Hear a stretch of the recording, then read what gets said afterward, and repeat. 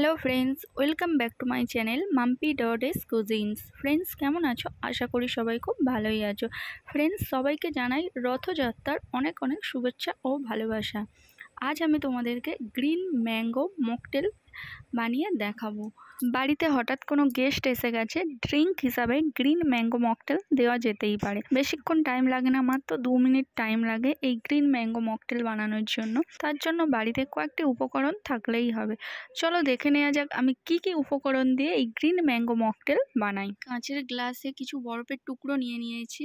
এর মধ্যে দিয়ে দিচ্ছি লেবুর রস আর লেবুর পিস দিয়ে দিলাম।